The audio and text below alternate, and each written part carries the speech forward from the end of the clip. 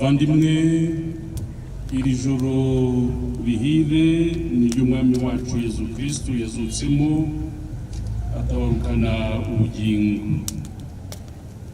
Umubyeyi wacu Kiliziya irasaba abana bayo aho bari hose ngo bateranire hamwe batarame basenga. Tugiye rero kwibuka Pasika Nyagasani twumva ijambo rye kandi dusangira amasakramentu ye, twiringiye kuzatsinda urupfu nkawe no kuzabana nawe mu bugingo bw'Imana.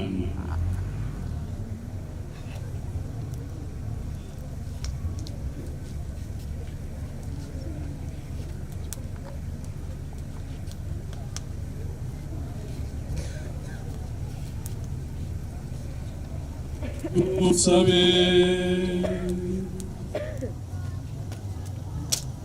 Nyagasani Mana yacu muri Yesu Kristo umwana wawe wahaye abayoboke bawe umucyo w'urumuri rugukomokaho, uragusaba umugisha uyu muriro mushya, natwe kandi udukongezemo ibyifuzo by'ijuru tubikesha ibirori bya Pasika, maze tuzashobore kugirana imitima isukuye mu birori by'ijuru mu mucyo w'iteka kubwa Yesu Kristo umwami wacu.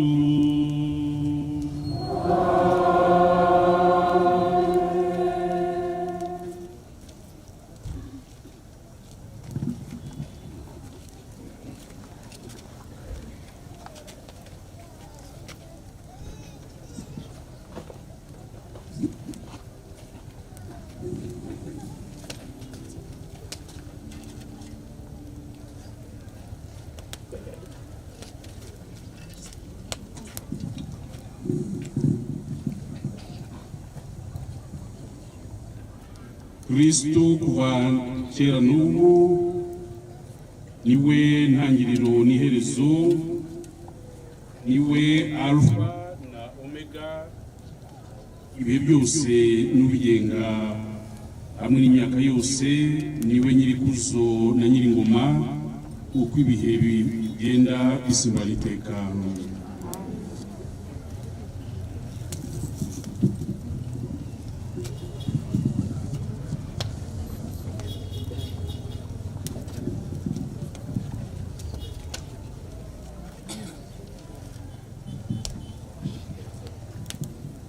Kristo Nyagasani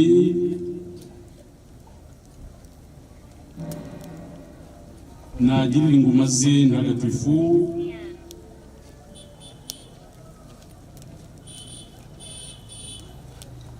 zahawe ikuzo,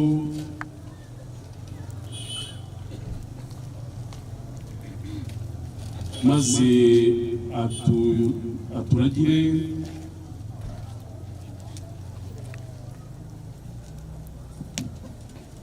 kandi atubesheho. Amen.